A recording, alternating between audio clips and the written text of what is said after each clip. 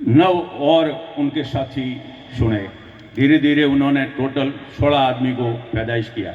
आप इतने लोग बैठे हैं और माननीय सरकार चलाने वाले खर्रा साहब भी विराजमान हैं। आप कोई बता सकते हो कि 16 होने का रुपया क्यों बना? अपन जो हमेशा इस रुपये के पीछे दौड़ते हैं, कभी सोचा आपने क्या? आपको ये चीज कभी मालूम है कि 16 होने का रुपया क्यों बना?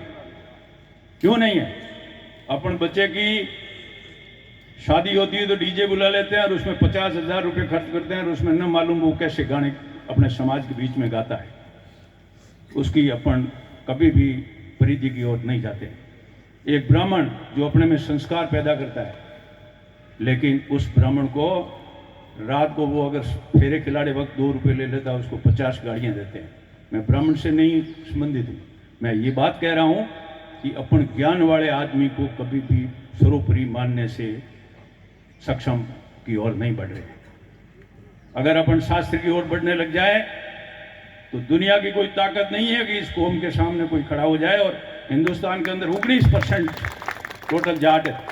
जाट 3 प्रकार के हैं, एक टीके वाले जाट हैं, एक चूड़े वाले जाट हैं, एक बोरिए वाले जाट हैं। 3 तरीके से पहचाने जाते हैं।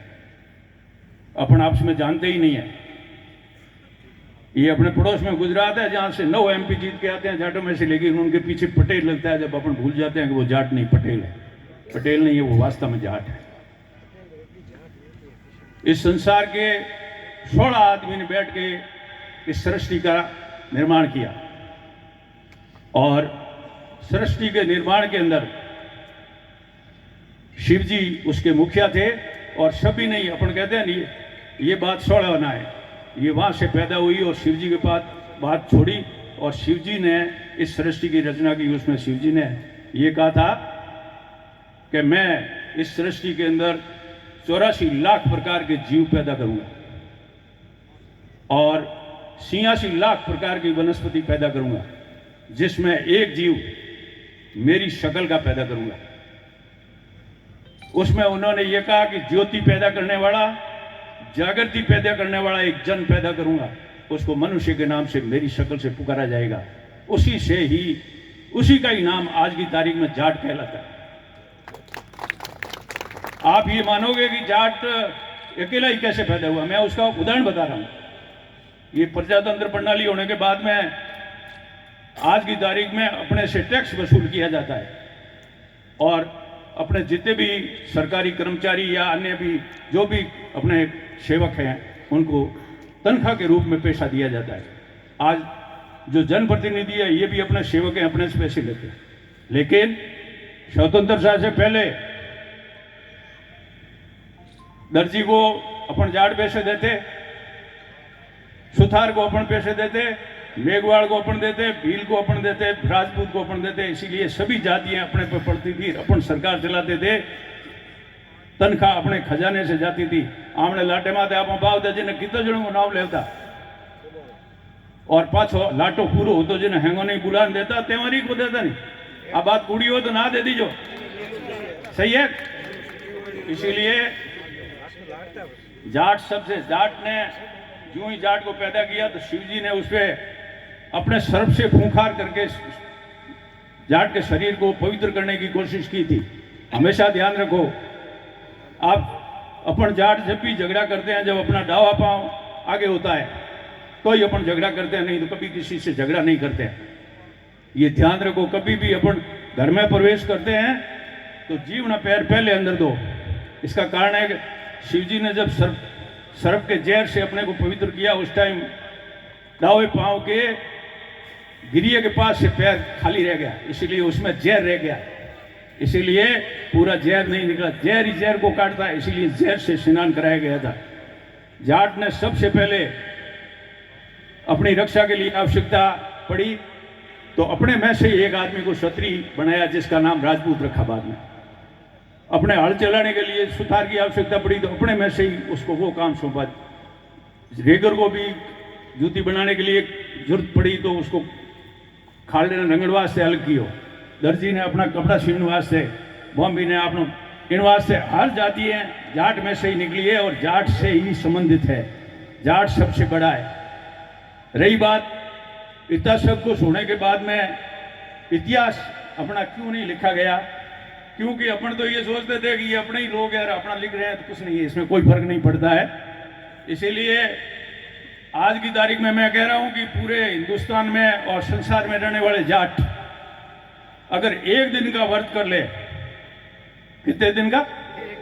एक दिन के व्रत के भोजन के बचत से जितना पैसा इकट्ठा हो जाएगा, उसमें 600 वर्ष तक 600 आदमी बैठकर अपना इतिहास लिख सकते हैं। लेकिन अपन उस ओर बढ़ते नहीं है। तो मेरा निवेदन है कि बहुत सारी बातें करनी है और समय का भी बहुत ख्याल रखना, क्योंकि आप भी काफ़ी देर से ये अपने मेहमान बहुत लेट आए और अपन भी लेट आए। इसीलिए अगर सभी कौमों के अपन मुखिया थे तो आज भी अपन सभी कौमों को लेकर चल रहे हैं। और आज भी जाट के पास कोई आता है तो, मैं भी गरीब परिवार से हूँ, जाट सिर्फ खाना खिलाना सीखा हुआ है। जाट आरक्षण के मामले में मैं आपको बताऊंगा, मैं बाड़मेर जिले का संयोजक था।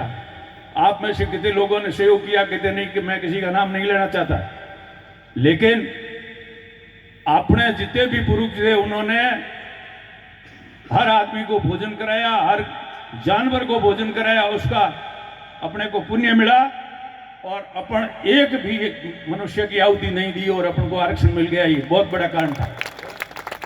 आप में से कोई आरक्षण में हो तो हाथ ऊपर करें। मैं उस आरक्षण में रहा हूं, मैं उस आरक्षण का बाड़मेर जिले का संयोजक रहा हूं और मैंने उस चीज में सबसे बड़ी चीज, मैं तो जो घाना के राजदूत थे धर्मपाल चौधरी और भरतपुर के रहने वाले थे, उन्होंने जो ज्ञापन तैयार किया राष्ट्रपति को और हमारे साथ चल के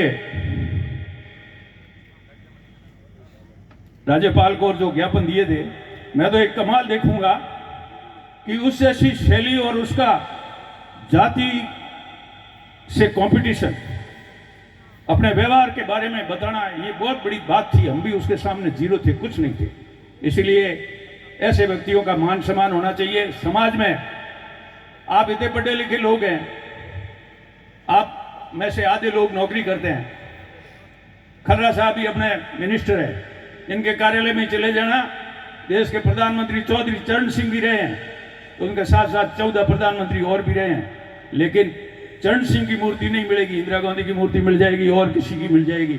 और अपन नौकरी करते हैं तो अपने घर में भी अपन चौधरी चरण सिंह की मूर्ति नहीं रखते हैं, देवीलाल की नहीं रखते हैं। ये क्यों नहीं रख रहे हैं? ये मानसिकता अपनी क्यों कमजोर है? उसको सुधारने की जब तक अपन कोशिश नहीं करेंगे, अपना अपने दिल में पैदा नहीं करेंगे, जब तक इस संसार में अपन कभी भी आगे बढ़ने में बहुत कमजोर रहेंगे। मेरा सोच ये है। इसलिए आप लोग हमेशा मजबूती से, कुछ भी काम हो, आपसी लड़ाई है तो भी, जैसे आज हरिद्वार में इन्होंने जो पीड़ा उठाया, कितने लोग वहां जाते हैं, आराम से ठहरेंगे, सब कुछ है। तो आप अगर मेरे हिसाब से, खर्रा साहब से मैं निवेदन करूंगा कि चरण सिंह की कम से कम राजस्थान में, या बलदेव राम जी मिर्जा इस जोधपुर में रहे हैं, अच्छी मूर्ति लगाकर कहीं उद्घाटन करें तो हम भी उसमें फंक्शन में आए और हमारा भी मान सम्मान बढ़े और आपका भी बढ़े। आने वाली पीढ़ियां आपको भी याद करेगी, आप हमको सिखाओगे, तो आपके पूर्वज भी इस राज में रहे हैं तो हम भी उनकी मूर्ति के लिए भी आपसे निवेदन करेंगे। और हम भी चाहेंगे कि समाज के मुखियों का लोगों के सामने होगा तो लोग उनकी मूर्तियां देखकर, उनके व्यवहार को देखकर, उनके गुणों को देखकर आगे बढ़ने में सहयोग करेंगे। काफ़ी चीज़ें कहनी है लेकिन समय का बहुत अभाव है, इसीलिए आपको बहुत बहुत धन्यवाद। आपने मौका दिया और मेरी बात सुनी, उसके लिए बधाई। यहाँ पधारे उसके लिए बहुत बहुत आभार। Thank you. बहुत बहुत धन्यवाद डैन साहब। 2 गाड़ियों के बारे में थोड़ा सा निवेदन। RJ 19